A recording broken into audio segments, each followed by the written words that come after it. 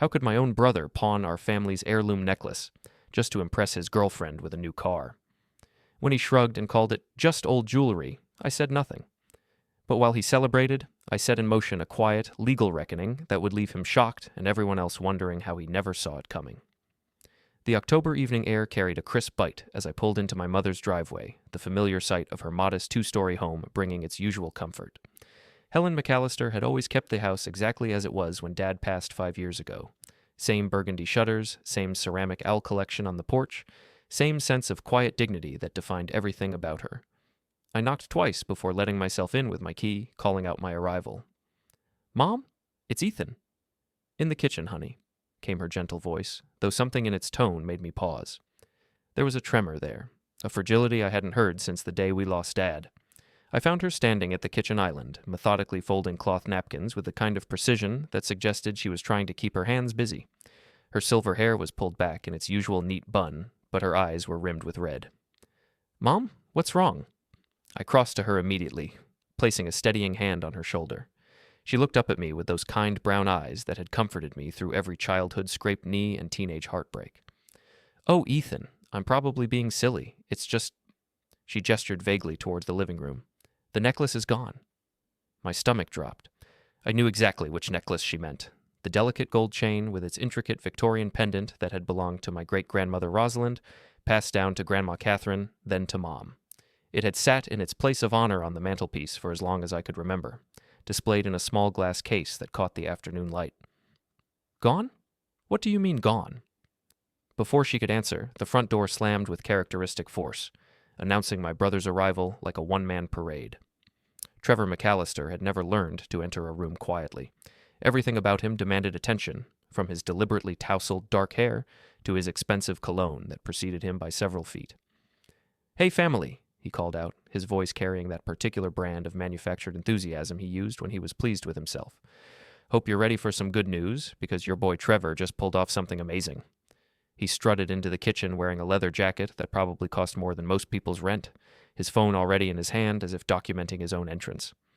At 28, Trevor had perfected the art of making every conversation about his latest triumph, real or imagined.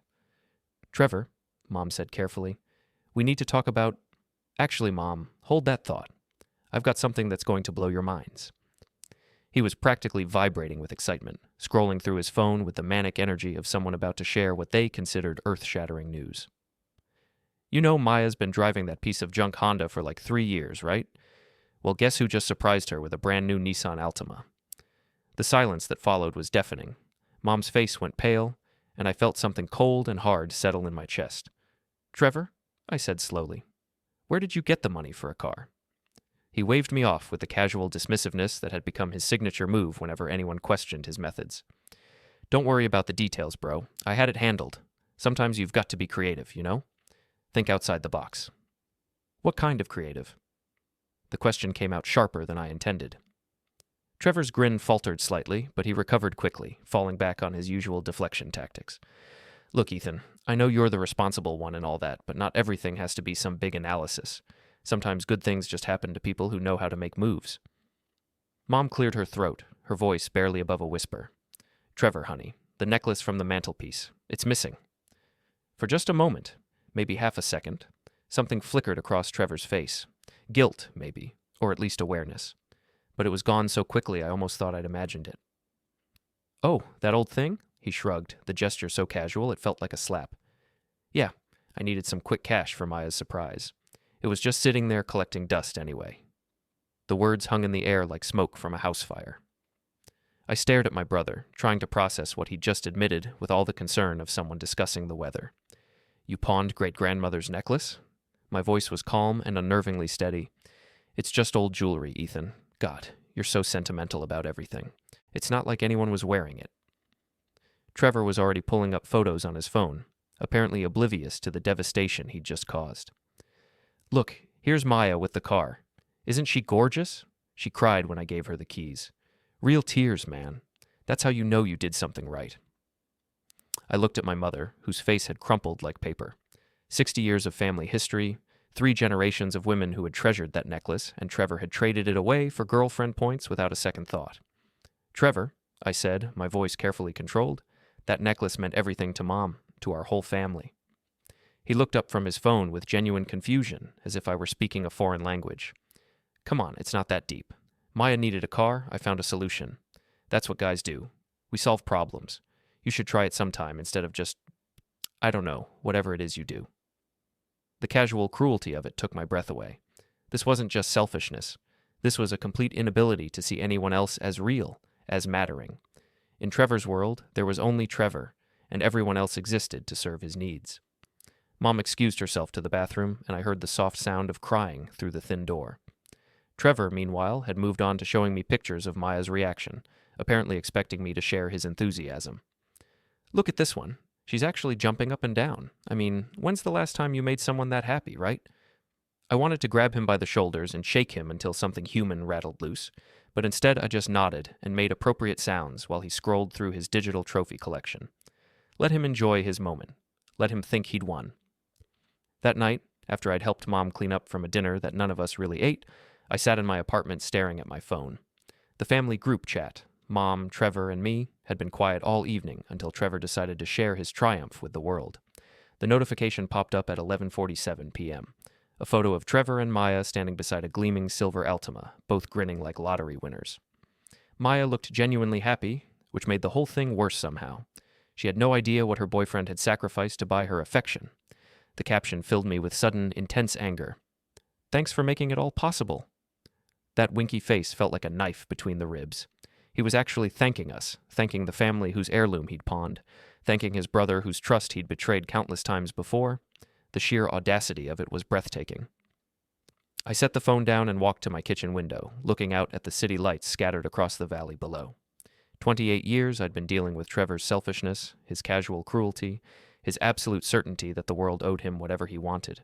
28 years of being the responsible one, the reliable one, the one who cleaned up his messes and covered his debts and made excuses for his behavior.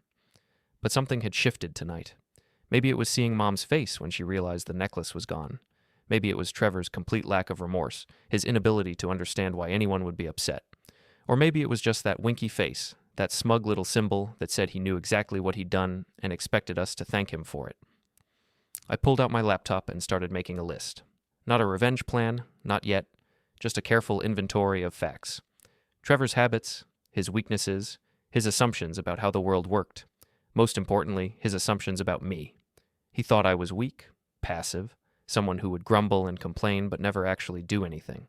In his mind, I was just Ethan the engineer, Ethan the responsible one, Ethan who always cleaned up the mess. He had no idea what responsible people were capable of when they finally decided to stop being responsible for him. The next morning, I met my old college friend Mason at Brewster's Cafe downtown, a quiet spot where we'd been meeting monthly for the past 3 years to catch up on life and work. Mason knew my family history better than most. He'd been around for enough holidays and gatherings to witness Trevor's particular brand of chaos firsthand. "You look like hell," Mason observed as I slumped into the booth across from him, my coffee already growing cold between my hands. Trevor struck again. Mason winced. "What was it this time? Let me guess. He borrowed something without asking." "He pawned our great-grandmother's necklace to buy his girlfriend a car." The silence that followed was filled by the gentle hum of conversation from other tables and the hiss of the espresso machine. Mason stared at me for a long moment, then shook his head slowly. "Jesus, Ethan. Even for Trevor, that's—" He trailed off, apparently unable to find words adequate to the situation. The worst part is how he said it. Like it was nothing. Just old jewelry. Like 100 years of family history was just clutter he needed to clear out. Mason leaned back in his seat, studying my face with the careful attention of someone who'd known me long enough to read the warning signs. "What are you going to do about it?" The question hung in the air between us, loaded with implications. Because Mason knew, just as I did, that this wasn't really about the necklace. This was about a pattern that had been building for years, a series of betrayals and disappointments that had finally reached a tipping point. I thought back to when we were kids, how Trevor had always been the golden child who could charm his way out of any trouble. When he crashed Dad's car at 17, he'd somehow convinced our parents it was a learning experience. When he dropped out of college after 2 semesters, he'd spun it as finding his true path. When he'd been fired from 3 jobs in 2 years, each one was the fault of a boss who couldn't handle his innovative thinking. And through it all, I'd been the one picking up the pieces, lending him money he never repaid, covering for him when he missed family obligations, making excuses to Mom when he disappeared for weeks without calling. The worst part was how good he was at making me feel guilty for expecting better. Whenever I tried to hold him accountable, he'd flip it around somehow. I was being too rigid, too judgmental, too focused on the past. Why couldn't I just be happy for his successes? Why did I always have to bring negative energy to everything? "Remember the motorcycle situation?" I asked Mason. His expression darkened. "How could I forget? That was 2 years ago?" 2 years ago, Trevor had come to me with what he called the opportunity of a lifetime. A friend of a friend was selling a 1993 Harley-Davidson Heritage Softail Classic, a collector's item in pristine condition. The asking price was $18,000, which Trevor claimed he could almost afford. "I just need you to co-sign the loan," he'd said, flashing that boyish grin that had gotten him out of trouble since kindergarten. "My credit's a little wonky right now because of some mix-ups with my old apartment, but you know I'm good for it. This bike is going to be our thing, man. Brothers riding together, making memories. Dad would have loved this." Bringing up Dad had been a low blow, but it worked. I'd co-signed the loan, putting my own credit on the line for Trevor's dream bike. What I didn't know at the time was that Trevor only had about $3,600 of his own money, 20% of the purchase price. The rest came from me and, as I later discovered, from Maya, who'd contributed nearly $5,000 from her savings account, because Trevor had convinced her it was an investment in their future. For the paperwork to go through cleanly, everything had to be in my name. Trevor claimed it was temporary, just until his credit situation got sorted out. He promised to transfer the title once things were settled. That was 2 years ago. The title was still in my name, the loan was still my responsibility, and Trevor treated the bike like his personal property. He'd never paid me back a cent, never acknowledged Maya's contribution, and never mentioned transferring the title. As far as he was concerned, the Harley was his, and anyone who suggested otherwise was being petty about technicalities. "I should have seen this coming," I told Mason. "The necklace is just the latest in a long line of Trevor taking whatever he wants and expecting everyone else to deal with the consequences." Mason stirred his coffee thoughtfully. "You know what the real problem is? You've been enabling him for so long that he thinks this is normal. In his mind, your family exists to provide resources for his adventures." The truth of that hit harder than I expected. I had been enabling him. Every time I'd covered for him, lent him money, or made excuses for his behavior, I'd been teaching him that actions didn't have consequences, that there would always be someone to clean up his messes. "So what changes now?" Mason asked. I looked out the cafe window at the busy street beyond, watching people hurry past with their own problems and priorities. Normal people who didn't have to deal with family members who treated them like personal ATMs. "I'm done being his safety net," I said finally. "I'm done pretending his selfishness is just a character quirk, and I'm definitely done letting him hurt Mom." After leaving the cafe, I drove to my garage, a rented space in an industrial complex where I kept my tools and worked on personal projects. It was also where Trevor stored his Harley, since his apartment complex didn't allow motorcycles in their parking area. The bike sat in the corner under a fitted cover, sleek and beautiful, and completely illegal for Trevor to sell or modify without my permission. I pulled the cover off and ran my hand along the chrome, thinking about all the rides we were supposed to take together, all the bonding experiences that had never materialized because Trevor was always too busy with his latest scheme. I walked to my filing cabinet and pulled out the folder labeled Motorcycle Legal Documents. Inside was everything: the original loan agreement with my name as the primary borrower, the title with my name as the legal owner, insurance documents, maintenance records, even receipts for every upgrade and repair. Trevor had never seen most of these documents. He'd never asked to see them, never shown any interest in the boring paperwork side of ownership. In his mind, possession was 9/10 of the law, and since he had the keys and rode the bike, it was his. But possession without legal ownership was just borrowing, and I was getting tired of being such a generous lender. I photographed every document, uploaded them to a secure cloud folder, and made copies of the most important ones. Then I sat on my workbench and really looked at the Harley for the first time in months. It was beautiful. More than that, it was valuable. Probably worth $22,000 now, given the appreciation in vintage Harley prices and the excellent condition I'd maintained it in. Trevor had never contributed a dollar to its upkeep, never paid for insurance, never even filled the gas tank. But he'd ridden it to parties and posted photos of himself on social media, building his image as the cool guy with the classic bike. My phone buzzed with another group text from Trevor.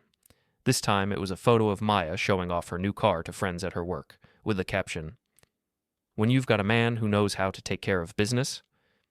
I stared at that flexing bicep emoji for a long moment, thinking about Maya's $5,000 contribution to the bike purchase. Money she'd saved from her job as a dental hygienist. Money she'd trusted Trevor to invest wisely. Did she know he'd never paid me back? Did she know the bike wasn't legally his to begin with? I had a feeling she didn't know a lot of things about Trevor's creative financing methods. That evening, I called Mom to check on her. She tried to sound upbeat, but I could hear the sadness underneath her cheerful facade. I keep looking at the empty spot on the mantelpiece, she admitted. Silly, isn't it? It's just that every time I dusted around it, I thought about your great-grandmother Rosalind. She wore that necklace on her wedding day, you know, and Grandma Catherine wore it to every important event. Graduations, anniversaries, family celebrations. I always thought maybe someday it would be passed down to a daughter-in-law or maybe a granddaughter. The pain in her voice was like a physical weight in my chest. This wasn't just about money or jewelry. It was about continuity, about family history, about the stories we tell ourselves about who we are and where we come from. Mom, I said carefully, do you remember which pawn shop Trevor used? Oh, honey, I couldn't ask you to. Those places charge such terrible interest rates, and it's probably already been sold anyway. Just humor me. Do you remember? There was a pause, then. I think he mentioned Paul's place on Meridian Street. But Ethan, really, you don't need to. I love you, Mom. Get some rest. After I hung up, I sat in my apartment for a long time, thinking about family legacies and the different ways people valued things. Trevor saw a piece of old jewelry that could be converted to cash. I saw a tangible connection to the women who'd shaped our family, a symbol of continuity and love that had survived wars and depressions and decades of change. The difference between us wasn't just about sentiment. It was about understanding that some things mattered more than their immediate utility, that some responsibilities transcended personal convenience. Trevor had never learned that lesson, but maybe it was time for his education to begin. Paul Gentry's pawn shop occupied a narrow storefront between a tax preparation service and a check-cashing place on Meridian Street, the kind of neighborhood where people came when they needed money more than they needed pride. I'd driven past it hundreds of times, but never had reason to go inside until now. A bell chimed as I pushed through the glass door, and the smell hit me immediately, a mixture of old leather, metal polish, and something indefinably sad, like the accumulated weight of other people's desperation. The walls were lined with guitars, power tools, and jewelry cases, each item representing someone's financial emergency or abandoned dream. Paul himself was behind the counter, a heavy-set man in his 60s with kind eyes and the patient demeanor of someone who'd heard every sob story in the book. He looked up from the watch he was examining and smiled. "Help you with something?" "I'm looking for a necklace that was brought in recently. Gold chain, Victorian pendant, family heirloom." His expression shifted slightly, becoming more careful. "You related to the young man who brought it in? Trevor something?" "He's my brother." Paul nodded slowly, then walked to one of the jewelry cases and pointed to a familiar glint of gold. There it was, great-grandmother Rosalind's necklace, tagged with a price sticker that made my stomach clench. $800. Trevor had probably gotten half that when he pawned it. "Beautiful piece," Paul said. "Genuine Victorian craftsmanship. Probably 1880s or 1890s. Your brother said it belonged to your grandmother. Great-grandmother, actually. It's been in our family for over a century." Paul's face fell. "Ah, hell. I was afraid of something like this. Your brother seemed... well, let's just say he was in a hurry. Kept checking his phone, talking about some surprise he had to arrange. I asked him a few questions about the piece, and his answers were a little vague." "What kind of questions?" "Basic stuff. When it was purchased, what the stones were, whether there were any inscriptions. He couldn't tell me much beyond, 'It's old and it's worth money.' That's usually a red flag, but his ID checked out, and technically I can't refuse a sale just because someone seems sketchy." I stared at the necklace through the glass, thinking about all the occasions it had graced. Great-grandmother Rosalind's wedding to a railroad man in 1923, Grandma Catherine's silver anniversary dinner, Mom's graduation from nursing school, moments of joy and achievement, now reduced to inventory in a pawn shop because Trevor needed quick cash. "How much to get it back?" Paul consulted his computer. "Well, he pawned it for $400, but with interest and fees." He winced. "It's going to be $650 to redeem it. I'm sorry. I know that seems like a lot, but I'll take it." "You sure? That's a significant markup for something that should have never left your family in the first place." I was already pulling out my credit card. "I'm sure." As Paul processed the transaction, he kept glancing at me with an expression I couldn't quite read. Finally, he said, "Your brother mentioned this was for his girlfriend's car. Said she really deserved something special. Yeah, well, Trevor's always been generous with other people's things. Paul handed me the small velvet box containing the necklace, and I felt a weight I hadn't realized I'd been carrying lift from my shoulders. It was back where it belonged, or at least on its way there. For what it's worth, Paul said quietly, I hope your family works this out. That's not just jewelry, that's history. From the pawn shop, I drove directly to my attorney friend Vanessa's office downtown. Vanessa Green and I had known each other since law school. She'd gone on to practice family and contract law while I'd become an engineer, but we'd stayed close over the years. She was one of the few people who knew the full extent of Trevor's financial shenanigans, having helped me navigate the legal implications of co-signing his various loans and agreements. Her office was on the 15th floor of a glass tower, with a view of the city that never failed to impress me. Vanessa herself was behind her desk when I arrived, her dark hair pulled back in a professional bun, reading glasses perched on her nose as she reviewed a stack of contracts. Ethan, she said, looking up with a smile that quickly faded when she saw my expression. What's Trevor done now? I sat down across from her and told the whole story, the necklace, the car, Trevor's casual dismissal of our family's pain. Vanessa listened without interruption, occasionally making notes on a legal pad, her expression growing more serious with each detail. So, let me make sure I understand, she said when I finished. Trevor pawned a family heirloom without permission to buy his girlfriend a car, and when confronted about it, he showed no remorse whatsoever. That's the short version, yeah. And you're here because you want to know your legal options regarding the motorcycle. I nodded. The title's in my name, the loan's in my name, and I've been making the payments for 2 years. Legally speaking, what are my rights? Vanessa pulled out a thick folder, my file, accumulated over years of Trevor-related consultations. Legally speaking, it's your motorcycle. Trevor has no claim to it whatsoever. You could report it stolen tomorrow if you wanted to. But family law gets complicated when it comes to informal arrangements. Trevor could argue that you gave him permission to use it indefinitely, that there was an implied gift or long-term loan agreement. It would be his word against yours. I pulled out my phone and showed her the photos I'd taken of all the legal documents. What if I had documentation proving that he never made a single payment, never contributed to maintenance, never paid insurance? Vanessa's eyebrows rose as she scrolled through the images. This is very thorough. Did you document Maya's financial contribution as well?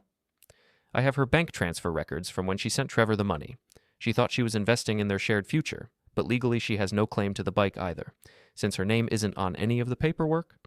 Interesting. Vanessa leaned back in her chair, tapping her pen against her lips.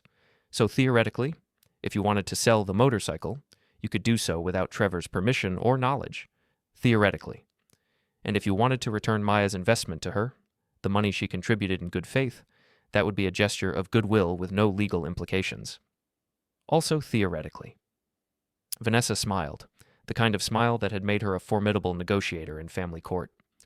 I like where this is going. What do you need from me? I need to make sure everything is bulletproof. If I'm going to do this, I want it done right. No loopholes, no gray areas, no way for Trevor to claim I screwed him over. Give me 24 hours to review everything and prepare a complete legal analysis. In the meantime, I'd suggest documenting Trevor's current attitude and behavior regarding both the necklace and the motorcycle.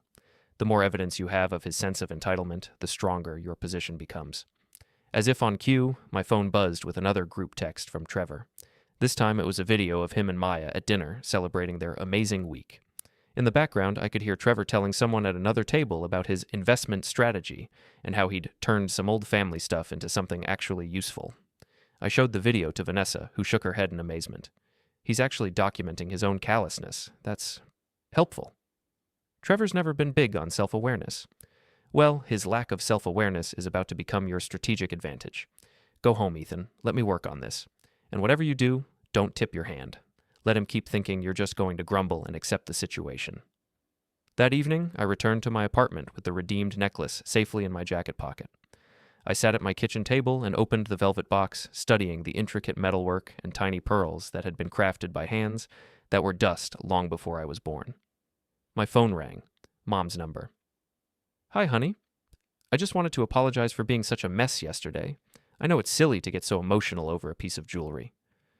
Mom, it's not silly. That necklace represents 4 generations of our family.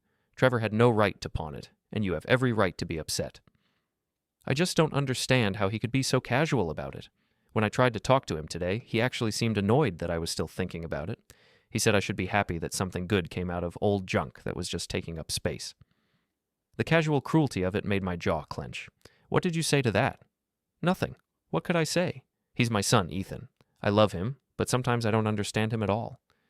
You don't have to understand him, Mom. You just have to stop letting him hurt you.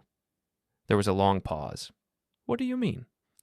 I mean, maybe it's time Trevor learned that actions have consequences, that he can't just take whatever he wants and expect everyone else to smile and pretend it's okay. Ethan, you're not thinking of doing something dramatic, are you? I looked at the necklace glinting in the lamplight, thinking about all the women who'd worn it with pride, who'd treasured it as a symbol of family continuity and love. I'm thinking about doing something right. After I hung up, I sat in the quiet of my apartment and made a decision. Trevor thought he could trade our family's history for his girlfriend's affection. He thought he could dismiss our mother's feelings as sentimental nonsense. He thought he could take whatever he wanted because his needs were more important than anyone else's. He was about to learn how wrong he was about all of it. But first, I needed to let him dig his hole a little deeper. In my experience, Trevor was always willing to make a bad situation worse if given the opportunity. And I was about to give him that opportunity in spades.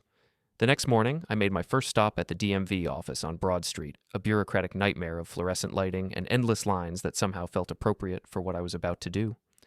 I'd brought every piece of documentation related to the Harley, organized in a neat folder that would have made Vanessa proud. The clerk, a tired-looking woman named Patricia, examined my paperwork with the thoroughness of someone who'd seen every possible scam and sob story.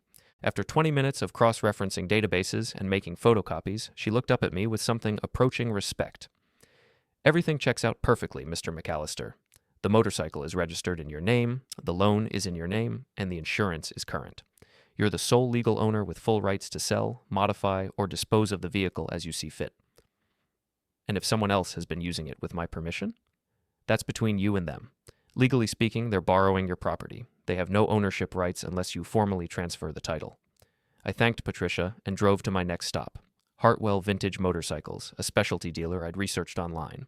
The owner, Frank Hartwell, was a grizzled man in his 70s who'd been buying and selling classic bikes since before I was born. 1993. Heritage Softdale Classic. He mused, walking around the Harley with the careful attention of a jeweler examining a diamond. Original paint, low miles, excellent maintenance records. This is a beautiful machine. What's it worth? Frank consulted a thick book of motorcycle values, then pulled out his phone to check recent auction results. In this condition, I'd say $22,000, maybe $23,000 to the right buyer. These heritage models are really appreciating, especially the early 90s examples. And if I wanted to sell it quickly? How quickly? This week. Frank's eyebrows rose, but he didn't ask questions. In his business, people sold bikes for all kinds of reasons, and most of them weren't happy stories. For a quick sale, I could offer you $20,000 cash. No financing hassles, no waiting for the right buyer. Clean transaction, everything legal and documented. I thought about the numbers. Trevor had contributed $3,600 to the original purchase. Maya had contributed $5,000. I'd covered the remaining $9,400 plus 2 years of loan payments, insurance, and maintenance. Probably another $8,000 all told. Even at Frank's quick sale price, there would be enough money to repay Maya in full, cover my own costs, and still have a substantial amount left over. Let me think about it, I told Frank. If I decide to sell, how quickly could we complete the transaction? Bring me the title and the bike, and I can have cash in your hand within 2 hours. From the motorcycle dealer, I drove to First National Bank, where I'd been a customer for over a decade. I met with a personal banker named Catherine Walsh, a professional woman in her 40s who'd helped me with previous financial transactions. I need to arrange a cashier's check, I told her, but I'm not sure of the exact amount yet. It's to repay money that was borrowed for a joint purchase, but the arrangement didn't work out as planned. Catherine nodded diplomatically. Family situation? Something like that. We can prepare the paperwork in advance and fill in the amount when you're ready. How soon do you need it? Potentially by the end of the week? That's no problem. Just give us a few hours' notice for anything over $5,000. My phone buzzed with a text as I left the bank. Trevor, of course, with another update on his perfect life.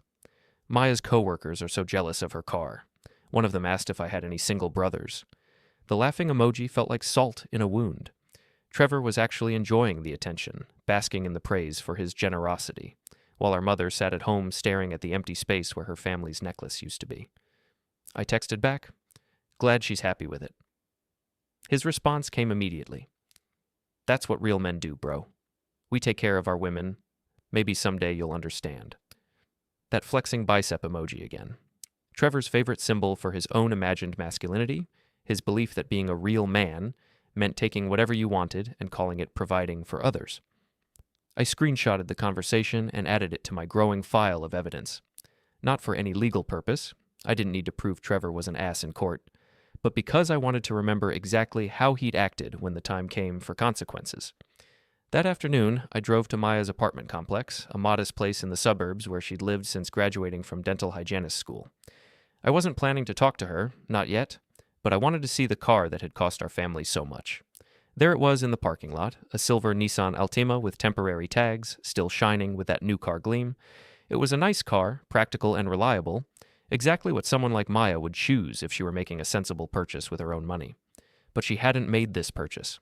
Trevor had made it for her, using money that wasn't his, trading away things that didn't belong to him, all so he could play the role of the generous boyfriend who takes care of his woman. I sat in my truck for a few minutes, thinking about Maya's situation.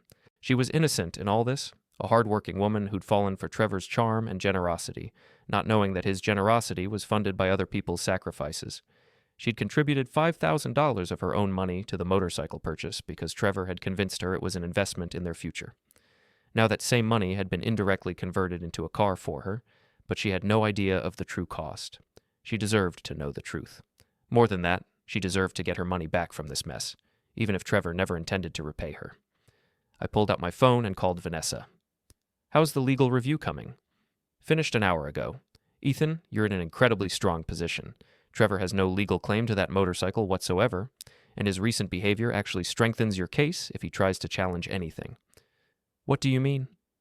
"His public statements about the necklace, his dismissive attitude toward family property, his documented sense of entitlement, it all establishes a pattern of behavior that would work against him in any legal proceeding.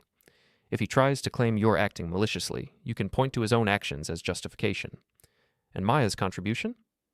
"Legally, she gave money to Trevor for a purchase that Trevor couldn't legally make. Her recourse would be against Trevor, not against you. But if you chose to repay her voluntarily, that would be seen as a generous gesture, not a legal obligation." I felt something settle in my chest, a sense of clarity that had been missing for days. "Vanessa, I want you to prepare a complete documentation package.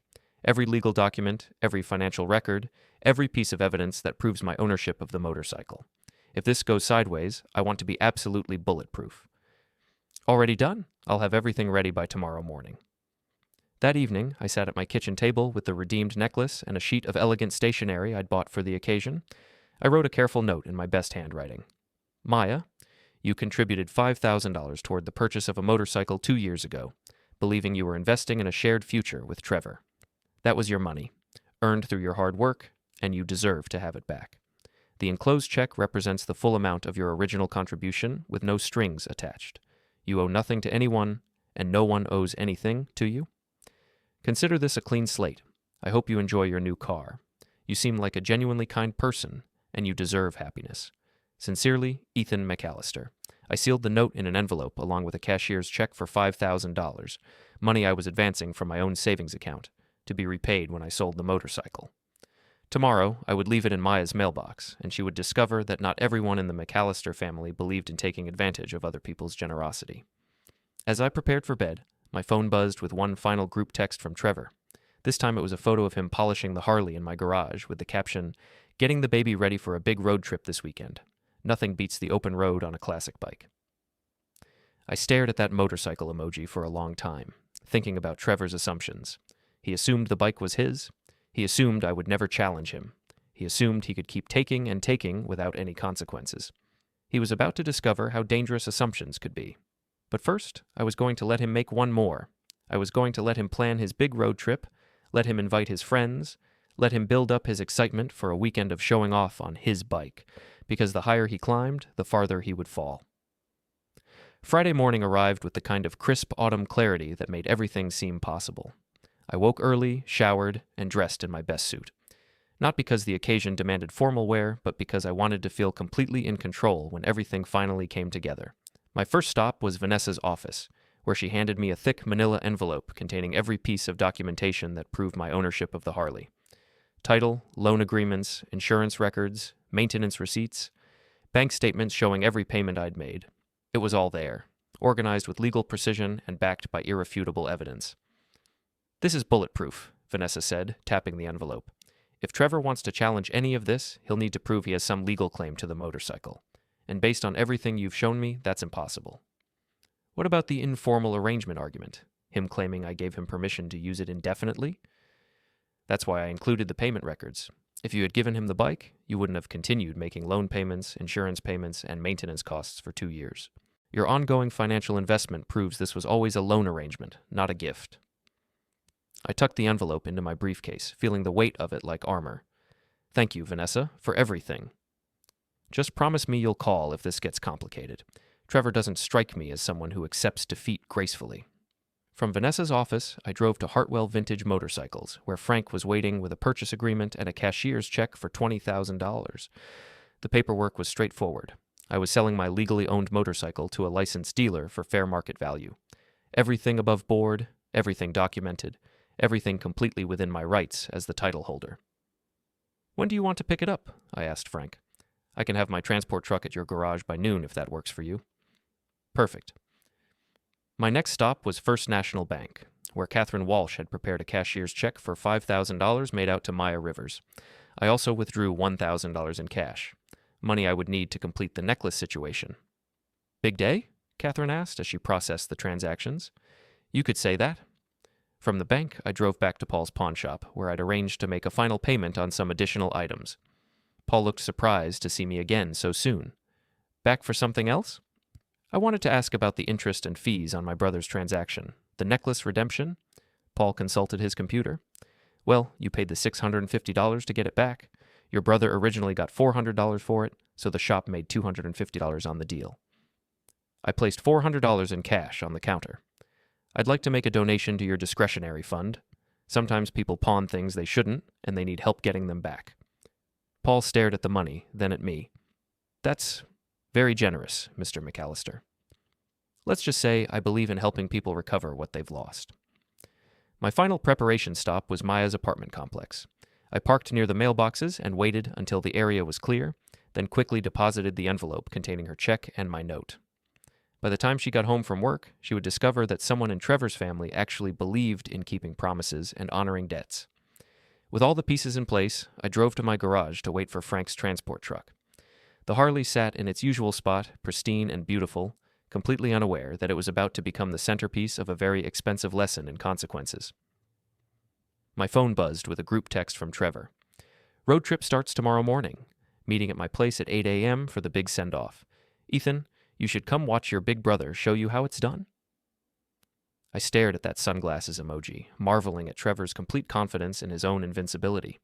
He was actually inviting me to watch him celebrate with a motorcycle that wasn't his, funded by money he'd never repaid, while our family's heirloom sat in a pawn shop because of his selfishness.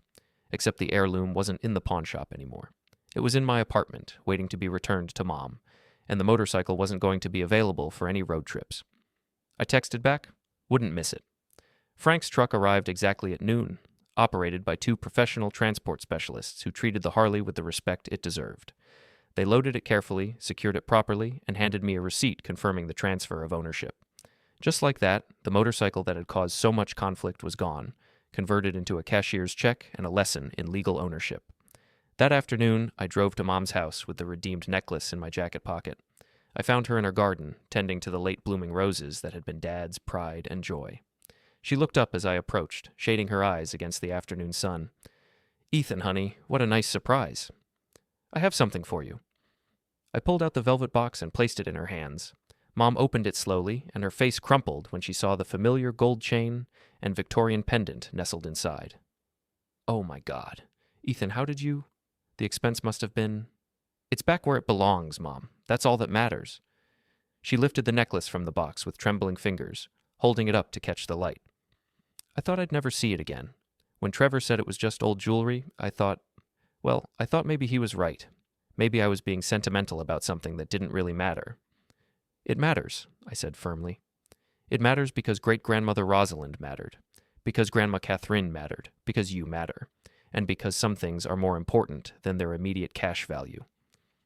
Mom fastened the necklace around her throat, where it settled into its rightful place like it had never been gone. Thank you, sweetheart. I don't know how I'll ever repay you. You don't need to repay me. You just need to remember that not everyone in this family thinks your feelings are disposable. That evening, I sat in my apartment reviewing my checklist one final time. The necklace was returned to Mom. Maya's money was in her mailbox, along with an explanation that would help her understand the true cost of Trevor's generosity. The motorcycle was sold, the proceeds were secured, and all the legal documentation was in order. Trevor's group chat had been active all afternoon, with messages from his friends confirming their attendance at tomorrow's epic road trip send-off. Apparently, he'd been planning this for weeks, building up the anticipation, promising everyone a day of classic motorcycle adventure that would cement his reputation as the cool guy with the vintage Harley. At 9 p.m., my phone rang. Maya's number. "Ethan, this is Maya Rivers. Trevor's girlfriend." Her voice was quiet, uncertain, like she wasn't sure she should be calling. "Hi, Maya. What can I do for you?" "I found an envelope in my mailbox today, with a check and a note from you. I don't understand what it means." I had expected this call, but it still felt surreal to be having this conversation. "It means exactly what the note said. You contributed $5,000 to a motorcycle purchase 2 years ago, and you deserve to have that money back. But Trevor said the motorcycle was an investment for our future.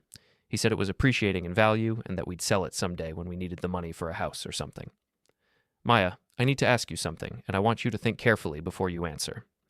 In the 2 years since that motorcycle was purchased, how much money has Trevor paid you back? How much profit have you seen from this investment?"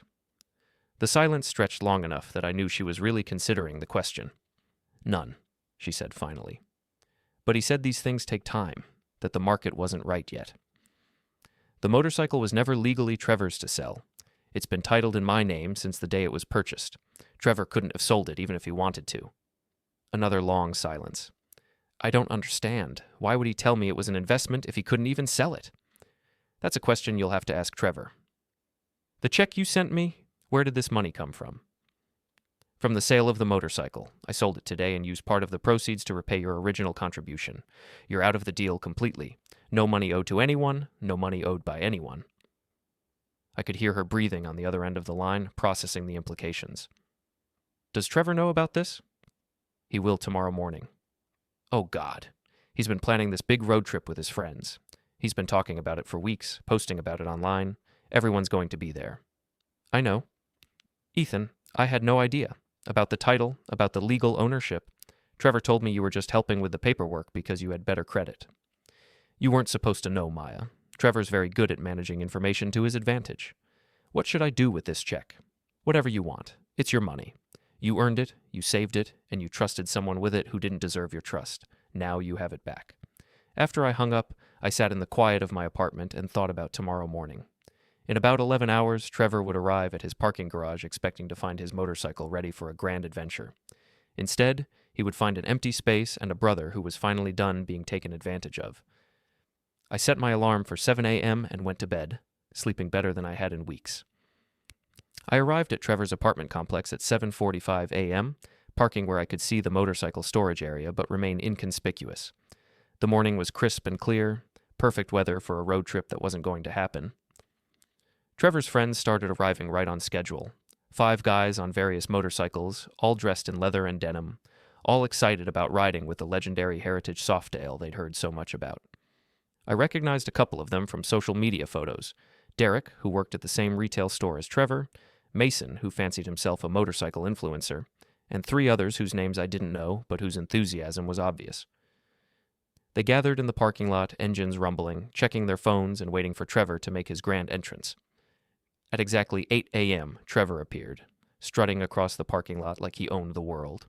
He was wearing a new leather jacket and aviator sunglasses, carrying a helmet that probably cost more than most people's monthly car payment. "Gentlemen," he called out, his voice carrying across the parking area.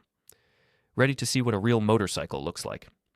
The group cheered and revved their engines in response. Trevor basked in the attention for a moment, then gestured dramatically toward the storage area where his bike was supposed to be waiting. "Behold, the crown jewel of American motorcycle engineering, a 1993 Harley-Davidson Heritage Softail Classic." He strode confidently toward the storage unit, key in hand, ready to unveil his pride and joy to an audience that was primed to be impressed. I watched his face change as he rounded the corner and saw the empty space where the Harley should have been. The confident swagger faltered, replaced by confusion, then disbelief, then something approaching panic. "What the hell?" he said, loud enough for everyone to hear. "Where's my bike?" His friends gathered around him, equally confused.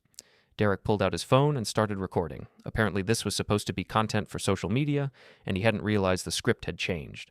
Trevor was frantically checking the storage area, as if the motorcycle might be hiding behind something. He pulled out his phone and started making calls, his voice rising with each unanswered question. "Paul? It's Trevor. Did you move my bike for some reason? What do you mean you don't have a key?" "No, I'm at the storage unit right now, and it's gone." I got out of my truck and walked over to the group. Trevor saw me approaching and rushed toward me, his face flushed with anger and confusion. "Ethan, thank God you're here. Someone stole the Harley. We need to call the police. We need to—" "Nobody stole anything, Trevor." My calm tone seemed to confuse him more than anything else. "What do you mean? The bike is gone." "I sold it." The words hung in the air like smoke from an explosion. Trevor stared at me, his mouth slightly open, apparently unable to process what he'd just heard. "You... what?" "I sold the motorcycle, yesterday afternoon, to a vintage dealer downtown." Trevor's friends had gone silent, sensing that they were witnessing something more complicated than a simple theft. Derek was still recording, but he'd lowered his phone slightly, unsure whether this was content he wanted to capture. "You can't sell my bike." Trevor's voice cracked slightly, the confident facade crumbling. "That's my property. You had no right." I pulled out my phone and showed him a photo of the motorcycle title, with my name clearly visible as the legal owner. Actually, I had every right. It's been my motorcycle since the day it was purchased.